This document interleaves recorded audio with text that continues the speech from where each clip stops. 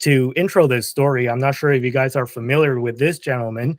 His name is Dr. Allan Lichtman or Lichtman, and he wrote this book called The 13 Keys to the White House, or I think it's just called The Keys to the White House. But essentially, there's 13 kind of criteria that he evaluates a candidate or an election on. Republican versus Democrat. It's kind of like a two-party. It's catered towards a two-party system. So how it works is that uh, they're all true and false questions, and the true answer favors the incumbent party, and the false answer favors the challenger.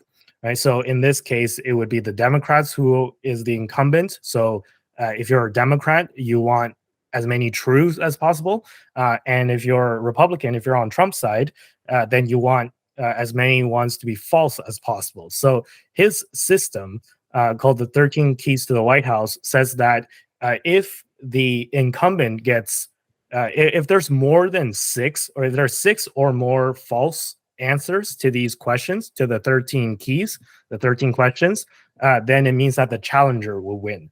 And if there's five or less false, then it means that the incumbent will win. So Lichtman, he used this kind of system, and he's been able to correctly predict almost every single election. He predicted Trump's victory in 2016, and then he predicted Biden's victory in 2020. So he's been right for the past couple of elections, and I think the last one he got wrong was like 2000 or something. So it's been a while since he's been wrong. Now, this election, he uses 13 keys to make his prediction, and his conclusion is that he believes Kamala Harris will win this election. So it's kind of flying in the face of a lot of other people's predictions, because as we talked about for the entire episode so far, Trump is kind of gaining momentum and surging in the polls. But Lichtman was asked recently whether he wants to change his prediction, and he said absolutely not. He's sticking with his prediction. He's still, to this day, even after seeing the Trump surge in the polls, he's still adamant that he believes Kamala Harris will win the race to the White House.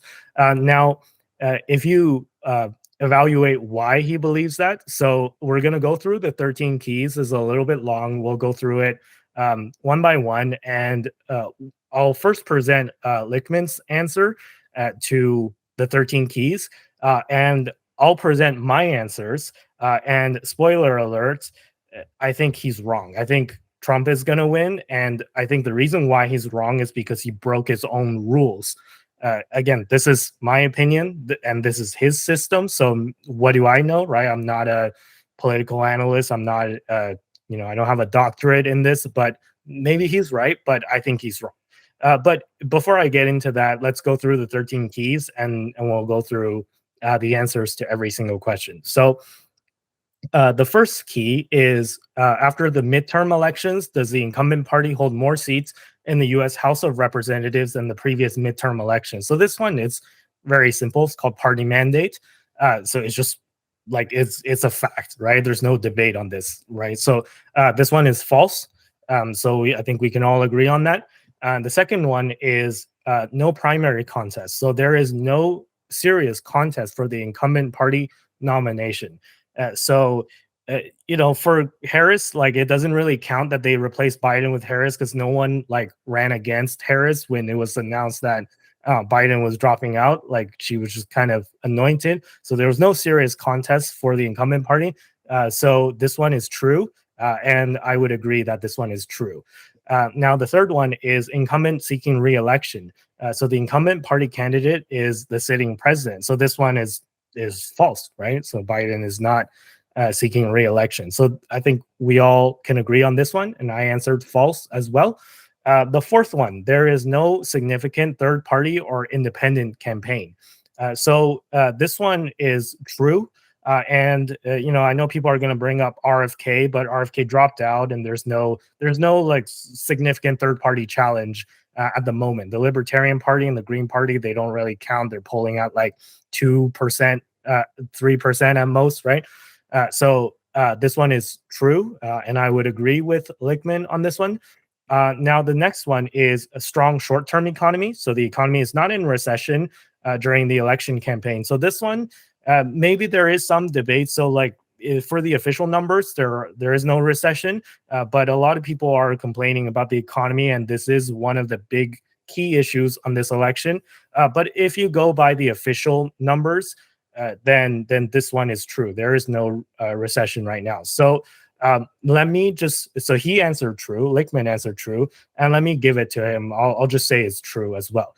So the next one is strong long-term economy, which is real GDP per capita economic growth during the term exceeds the mean growth of the previous two terms. So I didn't look too deep into the details on this one, but it seems kind of like an objective, just data-driven point. So he answered true to this one. I'll just agree with him and answer true as well. So far, we're all in agreement, right? Like everything is in agreement so far. So far we have what is it, like 4 trues and 2 falses. So let's keep going. The next one is major policy change. So the incumbent administration affects major changes in national policy. I would say that this is probably true, right? Like the Biden administration, Biden Harris administration is very different than the Trump administration. So whether it's major policy change in a good way or in a bad way, it doesn't really specify. So I'll give it to him, right? Let's just say it's true. Now, the next one is the first one where I disagree with Lichtman on. And the next one is no social unrest. Quite simply, is there social unrest, right? So the question is, there is no social unrest. So if you answer true, then that means there's no social unrest during the term. So he answered true, and I would answer false. And to elaborate on this, I think there is a lot of social unrest if you see like what's happening in college campuses around the, especially around the Israeli Palestinian conflict. There's a lot of social unrest there, in my opinion. And if you expand it and to include the the definition of digital unrest, there's a lot of unrest in social media and a lot of stuff, right? Yeah, maybe we have a little bit of a disagreement on it, but I would say false, but he says true. Okay, so there's that one. Now, the next one is no scandal. So quite simply, the incumbent administration is untainted by major scandal. So maybe there's a little bit of debate about that as well, with the Hunter Biden laptop thing. And at least maybe you can put that on Biden. And since Biden dropped out as Harris, there's not really like a big scandal that she's involved in. Maybe she lied about working at McDonald's, but I don't think that's big enough to really count, right? So let me just agree with Lichtman on this one. This one is true. I'll give it to Harris. Now the second, the next one is no foreign or military failure. So the incumbent administration suffers no major failure in foreign or military affairs. So he says this one is incomplete. So he says that Lichtman, he says that he doesn't want to make a determination on this. In my opinion, this one is clearly false, right? If you look at the wars that are going on, America is kind of becoming a laughing stock, right? Because they're not they've suffered a lot of foreign failures, in my opinion, with disastrous withdrawal from Afghanistan being the biggest one, in my opinion. So I would answer false to this one, but he says it's incomplete. Okay, whatever. Next one, major foreign or military success. The incumbent administration achieves a major success in foreign or military affairs. So I would say this is false. I can't think of a single one where everyone's like, yeah, America won decisively, right? The Ukraine war is still dragging on, and the Israel-Palestinian conflict is still dragging on. There hasn't been a major success military-wise. And Lichtman says this one is also incomplete. Okay, whatever. I answer false, right? The next one is charismatic incumbent. So the incumbent party has a charismatic candidate who's a national hero as their candidate. And I think this one, we just spent the past almost 2 hours saying how the answer to this question is unequivocally false, right? Like we're saying that we've just made, if you want to watch, like, rewind this video and watch the past like hour or so all over again, be my guest. But we laid out a bunch of reasons why we think that Kamala Harris is a very uncharismatic candidate, right? So this one is false, and Lichtman actually agreed with me on this one. And the next one is where I think I have the biggest disagreement with Lichtman, where this one is uncharismatic challenger. So the challenging party's candidate is not charismatic or national hero. So he says that this is true. So his opinion is that Trump is not charismatic, and I would disagree with him heavily on that. I think Trump is very charismatic, and this is what propelled him to victory in 2016 in the first place, like the fact that he's charismatic. Now, just to kind of speak from Lichtman's side a little bit, the reason why he put this one as true, as saying Trump is uncharismatic, is because in his opinion, Trump only appeals to people, to a certain group of people, like right-leaning people who are already right-leaning or who are already in his camp, right? Because his idea is that Trump is so divisive that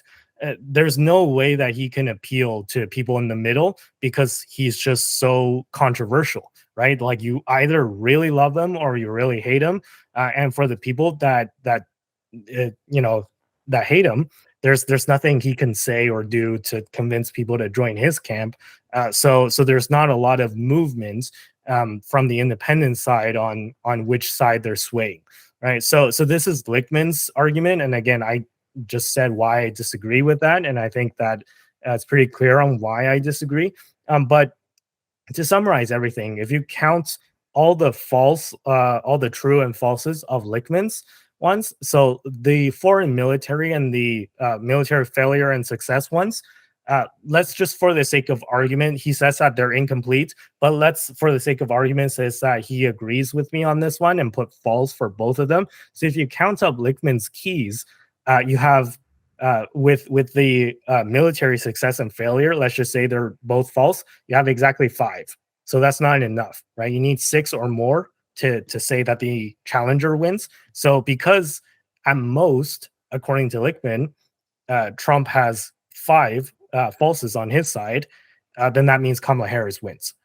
However, if you go to what my column is, where I answered these questions, if you count up the falses, so that's 1, 2, 3, 4, 5, 6, 7. So I put there's 7 falses. So according to my analysis, Trump wins. So yeah, I'm curious to hear what you guys think about it. So do you guys agree with my assessment more, or do you guys agree with Lichtman's assessment more? And what do you think of just kind of this 13 keys system? Do you think that is snake oil, or do you think that he's actually onto something? I'm just curious to hear what you guys' thoughts are on this one. Yeah. So I was just looking through these different descriptions, etc.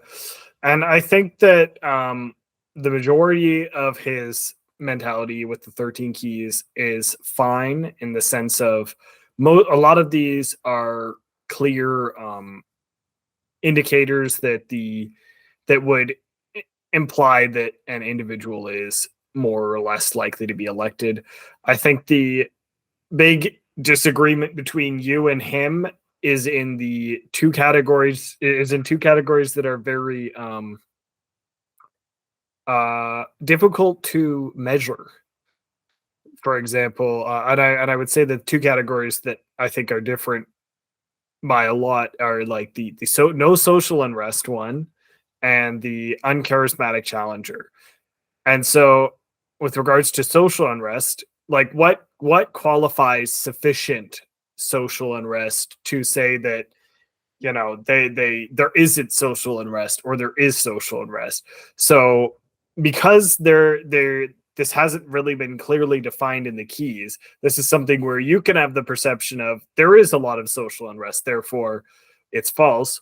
But he can go, oh, well, it's not as social unresty as Black Lives Matter was or something, so there's no social unrest, right?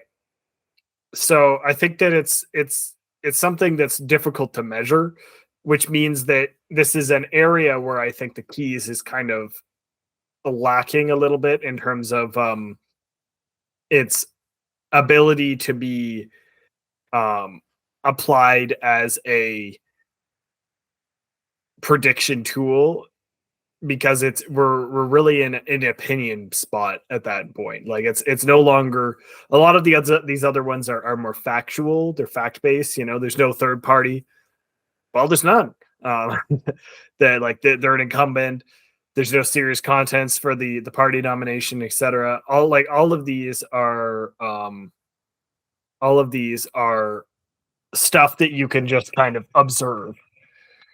The area where this falls off in terms of its validity for prediction is, I think, where and those opinion based ones. And then for like uncharismatic challenger, that's obviously opinion, right? Like I can't, you and I can listen to the same person and come out with a different understanding of how charismatic they are, if depending on how they appeal to you. So it's like, is Trump uncharismatic? I don't think he's uncharismatic. I think he's at least there's no way he's less charismatic than Kamala, because I think that Kamala is seriously not charismatic. I think Trump is at least, celebrity level charismatic, right? Even if he's maybe not on I would say Obama's kind of tier where I think there was a lot. I think most people generally agree that Obama was pretty charismatic. I don't think Trump is necessarily as obviously on that level, but I think that Trump is charismatic in his own way, and I think that they're taking an opinion and then using it as definitive proof. And then the whole arguments on the military failure, military success, etc., is incomplete. What does he think they're gonna do? Win a war in the next 3 months? Because presumably he did this, relatively recently. Does he think they're gonna win a war? They've gotten into multiple war-ish proxy wars and done a great job of not doing a very good job of handling them. So I would say that it's pretty clear to me that it's all false across the board there as well. So I think that the issue is that he set himself up for it to be very close, but the ones that push it over the edge are the ones where it's opinion based. So that makes the keys less reliable to assess this election, I would say, than they may be normally. Because if the keys were more one-sided, particularly on the factual sides, right, that would be more clearly in favor of one or another candidate. But in this instance, they both are pretty equal, and then the two opinion ones are the ones that tilt the scales. So, and I guess there's three opinion ones, because there's also charismatic incumbent, but I would say that the opinion ones are the big ones that are tipping this scale and could be up for debate. Yeah, and it's difficult because it's right on the edge, right? So it's, again, 5. Let's just put the military ones as both false, which means that it's 5 versus 7 for me, in my opinion. So I'm saying a 7, he's saying it's 5. The cutoff is 6. So it's very difficult. But in my opinion, he's kind of breaking his own rules here. And I think that's why he's going to be wrong. But Tristan, before I pass it off to Sunil, if you had to put true and false, how many falses and how many truths? What's your final assessment under the 13 keys? I think it's borderline. I think it really comes down to whether or not you think there's sufficient social unrest for it to be considered no social unrest or social unrest. And for me, I think, because in my opinion, I think it's obvious that Trump counts as a charismatic leader, a charismatic challenger. Therefore, that key is flipped to false. And I think that the military ones are obviously in Trump's kind of like on Trump's side. So I think really the only flip one for me is the social unrest one. And it's like, it's kind of borderline because I could see an argument for it not being sufficient, because there's clearly some, but how much is enough to flip a binary 50-50 kind of like, I can't have a sometimes there. And that's part of why I think it's going to be so close, is because I think that there's a lot of things that are kind of okay enough for the Democrats where they could be reelected on the back of it. But there's a lot of things that aren't going so well that could justify them. But it's kind of like in this spot where it's like very close in terms of level. And so the scales, which way they'll fall in the end is harder for me to say definitively. Yeah, but assuming that you agree with everything else, let's just, for the sake of argument, flip the social unrest one to true, like no social unrest. Then that still leaves 6 in the column for false for Trump, which means that according to Lichtman's system, then Trump wins. So I'm guessing that if you had to pick, then you would say 6 false in favor of Trump, which under this system would mean that Trump wins. Sorry, maybe I'm confused, but wouldn't it? Are you saying that didn't you just say you make it true for no social unrest, as in there's not social unrest? So if you look at my column, there's 7 falses. So let's just say that the social unrest one, we flip that to true. So there's 6 falses now under then my Trump column. Loses though. Then Trump wins, because you need like 6 or more means the 6 or more falses means the challenger wins. 5 or less falses means the incumbent wins. So I assume the system was greater than 50% because there's 13. Like that, I just assumed that you needed 7 to win, or no, you need under his system. I didn't come up with this system. He did his own rules. 6 or more falses, the challenger wins. And 5 or less falses, then based on his system, the prediction would be Trump wins based on. But under his evaluation, he had the 2 military ones as incomplete. But let's just say those are falses. Then he had the social unrest as true, and he had the uncharismatic challenger as true. So that gives 5 falses. Yeah, but I think his uncharismatic one is wrong. I think that's just a factually wrong.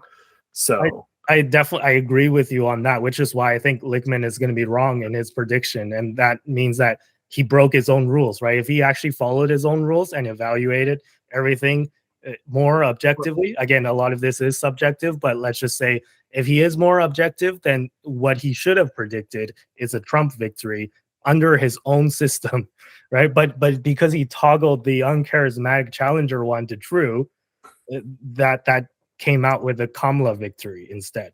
I think it really comes down to the fact that I'm sure he has some degree of bias, and if his perception is that he doesn't like Trump, which is a fair assessment, and therefore his assessment results in him thinking that Trump is not charismatic. And I could see, if you don't like Trump and if it doesn't appeal to you, I could see people going, he's not very charismatic, like he doesn't appeal to me at all. I don't think that it's looking at it from maybe a more holistic perspective. I think it's very much like your perspective kind of view, rather than taking that kind of bird's eye. What do the people really think? So I don't know if I'd say he's using his system incorrectly, because I suspect his own bias has been involved in every single one of these. It's just that I think the way his system is set up it would be more often right than wrong because of the fact that the bias, the ones that could be biased, is relatively limited. Right. Yeah, I mean, again, it's so close, right? Like the difference between 5 and 6 will flip the result. And he says it's 5 false, and I say it's 7. Even if I said it was 6, then it would still yield a different result. So, yeah, it's definitely something to think about. But Sunil, please impart your opinion on this. Yeah. I'm actually very surprised that your number is lower than mine, Andy, because I mean, I'm not, maybe people are going to think that I have a pro-Trump bias. I actually just have a very anti-Democrat bias as somebody who used to generally. I just wanted to be conservative, right? Like, Yeah. there's a lot of ones where I could have said false, but I was just like, let's just give it to them and see where. Right, you're being fair, and I don't know if my analysis, like Tristan said, I don't know how to measure half this stuff, but my analysis came to 11. But I was also just like, I did it quickly, and this is my opinion based on it. I think there's just some critical flaws with Lichtman's model. First of all, his model is actually great. I don't want to like be like I hate his model. It's worked many times. The critical flaw is actually like, okay, I'll just go through all of them. First of all, the primary context, I just disagree with that one. I would put that as false.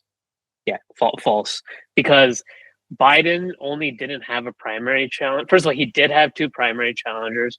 RFK was actually polling at 20% at one point. They refused to have a presidential debate and broke their own DNC rules on that one, and they just said no debate.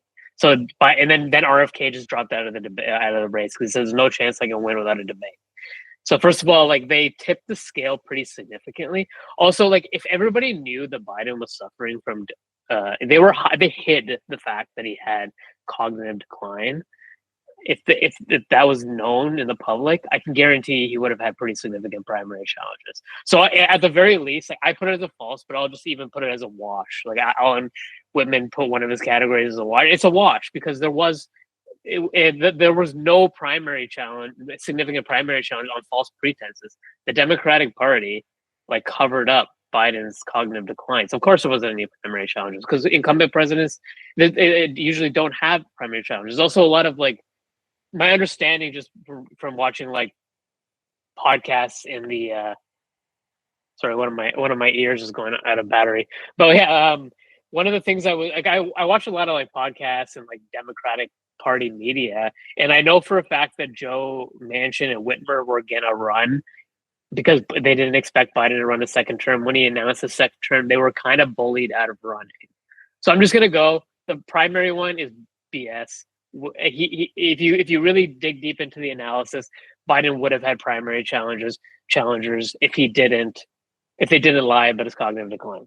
Okay, next one is on the foreign policy one. We all agree with that. Like first of all, like on the Ukraine thing, that was a huge foreign policy blunder by the Biden administration because they effectively lost. Like they implemented sanctions on Russia, and they expected like most of the world to implement them. And the majority of the world didn't implement the sanctions because they were empowered by the fact that the BRIC countries decided to buy oil from Russia and take advantage of a cheaper oil price. So that was a huge foreign policy blunder, I would say. I also think Israel-Palestine hasn't really gone well for Biden, and the foreign policy issues have caused a lot of divisiveness in the United States. So I would say that him saying that they don't really qualify for yet, I would say they're both false.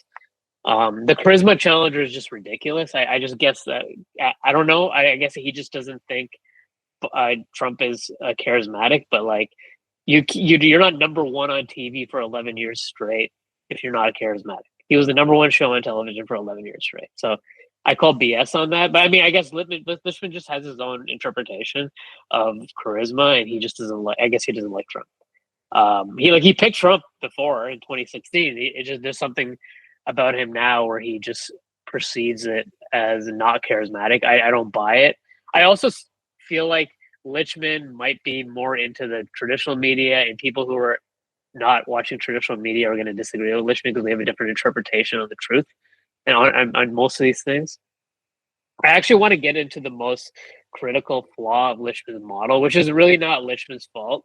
He says that he started this model in the early 1980s. So the problem with his model is he doesn't have all the years he predicted presidents, he doesn't have an inflation crisis. That's really important. Because one of the reasons why Reagan won such a massive majority was because Jimmy Carter had a massive inflation crisis. The inflation crisis started in the early to mid 1970s, and it kind of got out of control under Jimmy Carter, where you actually had like 20% inflation in the United States. And then Reagan did have high inflation, but he was the tail end of the crisis. Meanwhile, Biden's at the beginning of the crisis. So if you're going to use the Carter Reagan as a comparison. Like, I just want to push out some numbers. In 2023, the nominal GDP growth of the United States was 9%, but the actual real GDP number was 2%. So the spread between nominal and real GDP is telling you something. Because like the thing about it is when in economics times where inflation is low, you can predict whether people are happy with the economy very easily, but because inflation is not a factor, and now we're just seeing 3% economic growth. Therefore, people are going to be happy with higher economic growth. But when you introduce inflation into the equation, all of a sudden people are not computing 9% economic growth necessarily as a good thing when their real economic growth is only 2%. So because like if people are seeing because like there's certainly people in the United States, like when you look at that spread, there's certainly people in the United States that are getting hurt by inflation. Like there's no doubt about it. So like they're feeling economic pain. It's just not a recession. But inflationary economic pain is arguably much more painful than recessionary economic pain. Because inflation, everybody feels. A recession, you only feel it if you lose your job. So the other thing to point out is the real GDP, the per capita numbers. So in 2021, 9% real GDP growth on a per capita basis, only 1.4 on a real basis. Because one of the biggest things that happened in the Biden administration is the population increased by a lot, partially because of the illegal immigration crisis and the migrant refugee crisis. So when your GDP is only going up because your population is going up and your people aren't feeling the benefits of that GDP growth, then we're using these GDP numbers. I would argue that these GDP numbers are not accurately going to be predictive of how people feel about the economy. So I put the economic numbers as false for both of them. But if it doesn't matter if there's economic growth in an inflation crisis, that's an economic crisis. So Lichtman's interpretation of high inflation not being an economic crisis, I don't buy it. I think that's BS. People are feeling a lot of economic pain right now. There's no way you could put true for that category. So that's how I get to 11. I was just trying to sandbag it, and I guess if you wanted to be super technical, his definitions, at least according to the descriptions, is just based on whatever the real official numbers, whatever the official numbers that are published are.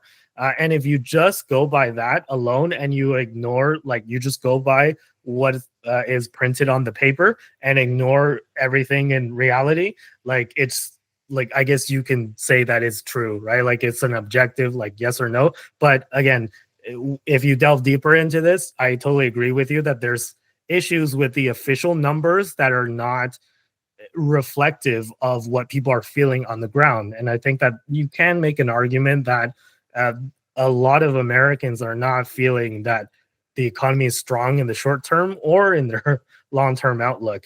Yeah, they're not prospering at all. There's no way they're prospering at this kind of inflation. And 9% economic growth is amazing. That's higher than China. That's crazy high. But then the numbers aren't computing. It's not making any sense. Yeah, totally. But the point is that regardless of what you say for those ones, I think just even with my sandbagged model, I got 7 falses. And Right. if you want to debate on the social unrest thing, again, I think there is a lot of social unrest. But even if we say that one is true, you still get at very minimum, sandbag to hell, 6 false, which under his rules, under Lichtman's rules, predicts a Trump victory. But somehow he got at most 5, which is, in my opinion, he's wrong. And the reason why he's wrong is because he's not even following his own rules.